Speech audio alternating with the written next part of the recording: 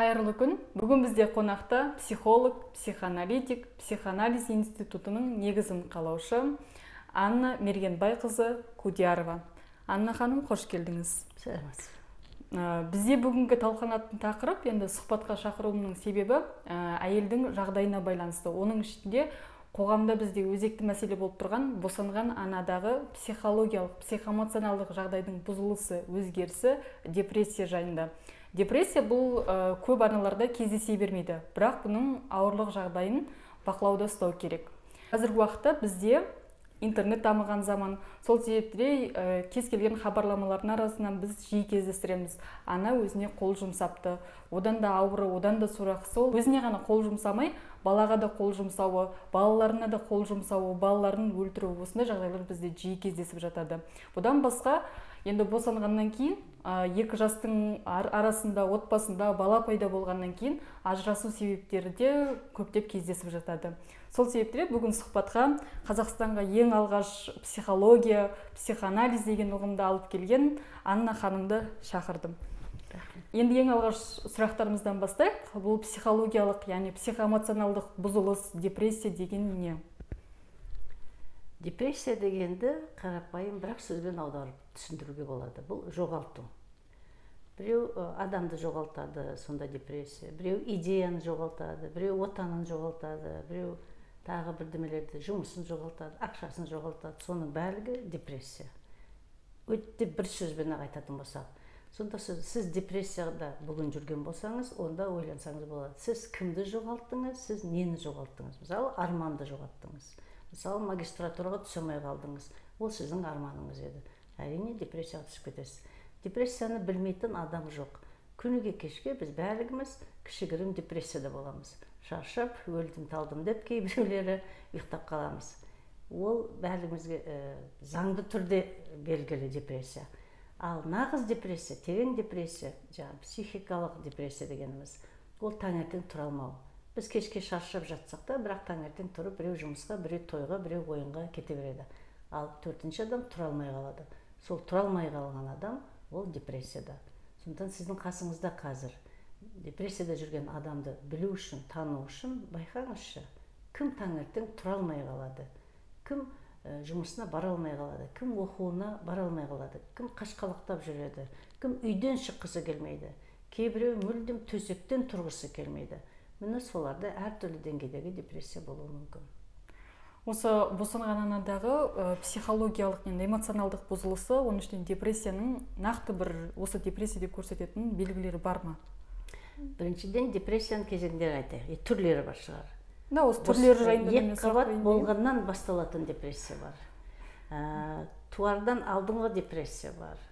Босанғаннан кейінгі депрессия бар. Босанғаннан кейінгі депрессия дегеніміз, ол бір дегені осы перзентханада басталатын депрессия емес. Кейде ол депрессия бір дегенде басталады, бірінші күнде, екінші күнде. Кейде ол депрессия 3 ай 4 айдан кейін, кейде мүлдем 7-8 айдан. 7-8-ге дейін білінбейді, 7-8 айдан кейін ғана білінетін депрессия. Ол әртүрлі депрессиялар. Уақыттың кезеңімен алатын болсақ. Сонда бағанағы мен айтқан жоғалту деген оймен екеуін ұштастыратын болсақ, мысалы екіқабат әйел, екіқабат болғандықтан көп нәрсені жоғалтады.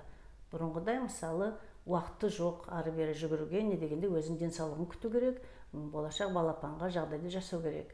Кейде ішкісі келмейтін тәтті шайды ішу керек, сүтті шайды ішу керек, кейде керісінше ішкісі келмейтінді ішу керек, ішкісі келгенде ішпеу керек, жемеу керек. Сонда ол бір еркіндікті, бостандықты жоғалтқан болып тұр ғой. Ал бала туылғаннан кейін ол мүлдем енді жұмысына да бара алмай қалады, оқуына да бара алмай қалады. Бұрынғыдай аттай шауып әке-шешесіне апта сайын бара алмай қалады. Көп нәрсені жоғалтады. Сонда ананы бір пенде деп алсақ, баласы екінші пенде, екі пенде арасындағы ұрыс, талас, сәйкес соғысқа дейін жетіп қалады ғой.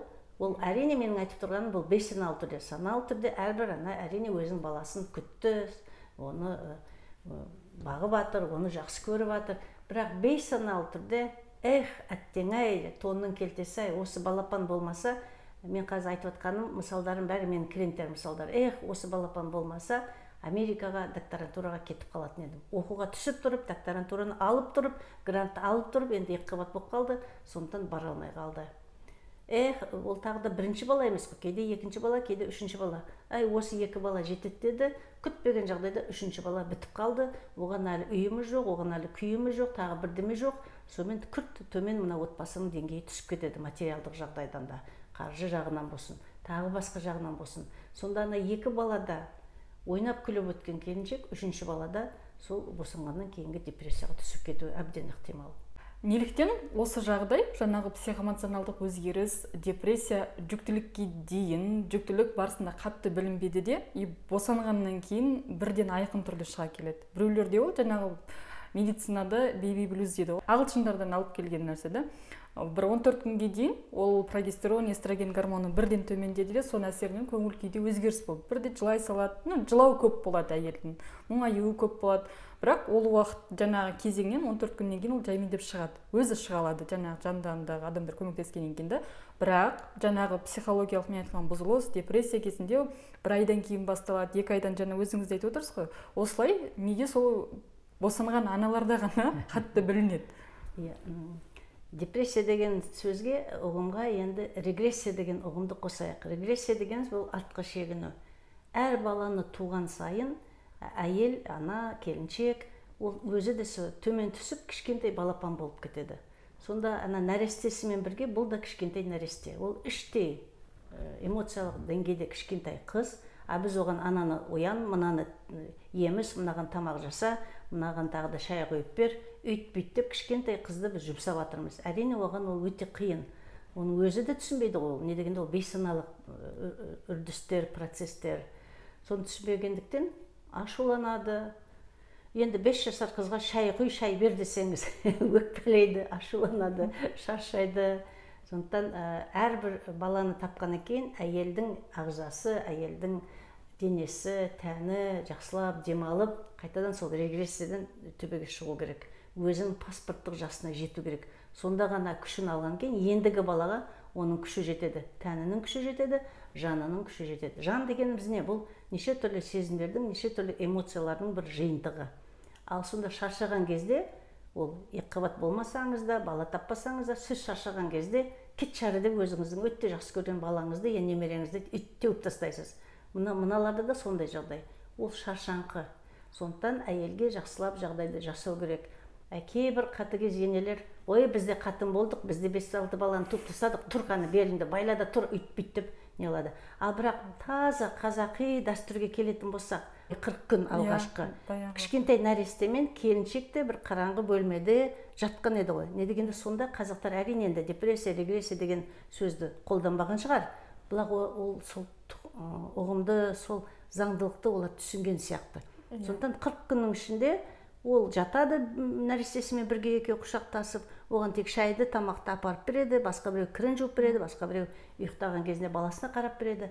Міне сондай ең болмаса алғашқы 40 күнді біз сол келіншекке сыйластықты көрсетсек, сені жақсы көреміз, осы бала тапқаның үшін сізге міне мынандай медаль, 40 күн демалыс деп, қара теңізге жібермесек те, сары теңізге жібермесек те, үйдің ішінде сол өзіміздің отбасылық теңізді жағдайды жасасақ, ол жақсы бір көмек болатын еді біздің әйелдерге.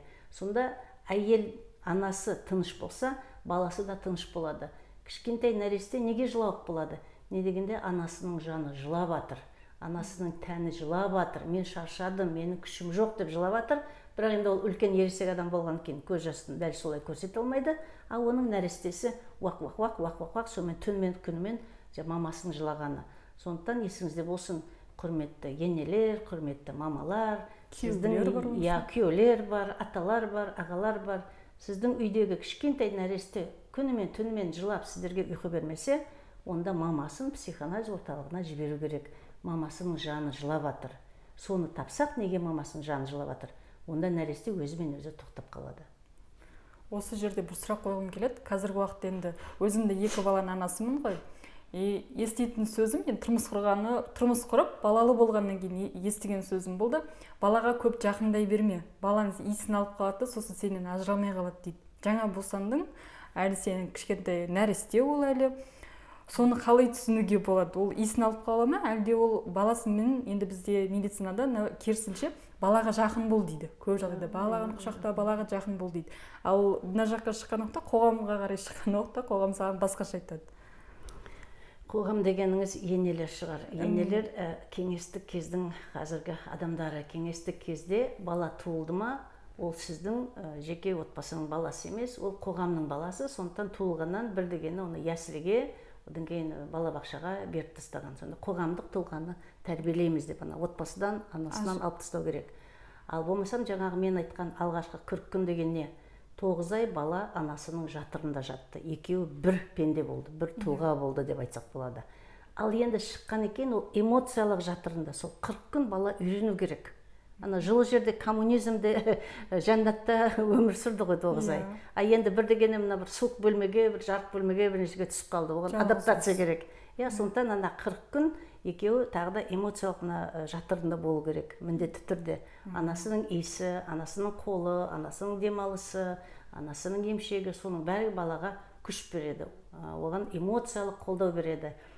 Ал одан кейін ең кемінде психоанализ бойынша ең болмаса 1,5 жыл бала мамасымен бірге болады.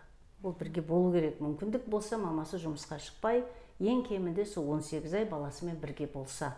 Сонда өте жақсы фундамент, эмоциялық фундамент, психологиялық фундамент. Мені мамам жақсы көреді, мен мамамды жақсы көрем, мен мына дүниеге келдім, мені күтті, мен дүниені жақсы көрем, дүние мені жақсы көреді, қоғам мені жақсы көреді, отбасы мені жақсы көреді.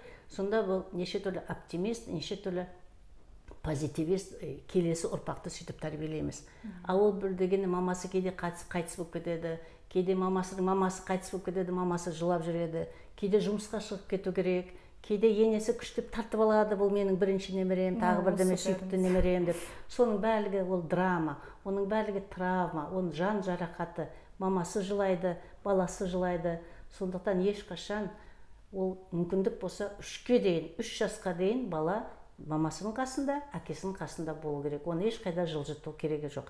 Ал бірақ ол басқа, сіздің айтып жатқаныңыз тағы да сепарация деген сөз бар. Иә, бала жармасып қалады, ол жармаса береді, не дегенде мамасынан жақсы адам жоқ болу үшін, ол сондай болу да керек. А бірақ сол 1 жасқа жетпей, оны сәл өзінен мамасы ұзатып тұрады. Қазір мына 15 минутқа сен ойнай тұр, анаңмен, әжеңмен бола тұр, атаңмен бола тұр, папаңмен бола тұр, мен қазір келем деп, білмеймін, кір жуа ма, памперс ауыстыра ма, өзің бетін пудралай ма, әйтеуір мамасы 15 минут, 20 минуттан баланы үйрету керек. Ал одан кейін жарты сағат, 1 сағат, енді 1 жаса, 1,5 сағат, 1,5-дағы бала, мысалы ойыншықтарды беріп қойсаңыз, өзімен өзі отыру керек, біраз отыру керек. Бірақ есікті ашып қоясыз, өзіңіздің картопыңызды тазалап, сорпаңызды пісіре бересіз, бала сізді бүйтіп көріп тұрып ойыншығын ойнау керек. Сонда ертең сол керек деңгейдегі, қажетті деңгейдегі сепарация. Бала сізге тәуелді болмайды. Эмоциялық тәуелділік біздің бәрімізде бар. Физикалық тәуелділік біздің бәрімізде бар. 1 жасқа дейін балапан ештеме жасай алмайды. Мамасы көмектеспесе ештеме жасай алмайды. Жей алмайды, іше алмайды, еңбектей алмайды. Біз соған көмектесеміз. Ал одан кейін 1,5 жастан бастап, оны папасына, қыз болсын, ұл болсын, папасына. Папаңмен бар, 1 сағат ойнап кел, далада екеуің серуендеп келің, тағы да деп, оның ішкі дүниесінде папасының бейнесі пайда болу керек. Ал 1,5 жасқа дейін ол не бой, кім болсын мына жерде мамасы. Тек мамасының бейнесі, мына жақта 2-ші мамасы, 3-ші мамасы, 4-ші мамасы, балаға сондай болады. Ал енді сол бейнеден мына жаққа папасы. Сонда мына басында, мамам бар екен, мына папам бар екен деп. Одан кейін мен бар екен. Сонда осы 3 деген санға жеткізсек баланы, ертең ол өте жақсы отбасын құрады. Менің орным бар, папамның орны бар, мамамның орны бар. Сонда менің орным бар, менің жұбайымның орны бар, менің баламның орны бар. А бізде қазір ажырау деген неге болып жатыр?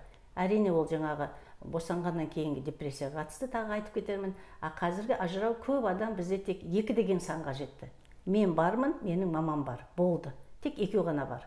Жұбайға 2-3 айға барады да, баланы тауып қайтадан, мен айтамын да, өзі әлі бұзау болған қыз келіншектер басқа бір бұқаға барады да, бір бұзауды табады да, қайтадан өзінің шешесіне сиырға қайтып келеді. Сонда тек сиыр бар, тек бұзау бар.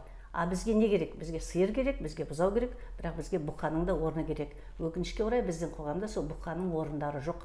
Бұқалардың өзі әлі кішкентай бұзау, өзі мәмә деп мамасына жармасып қалған еркектер, жігіттер. Сондықтан отбасыға олар қожайын бола алмай жатыр.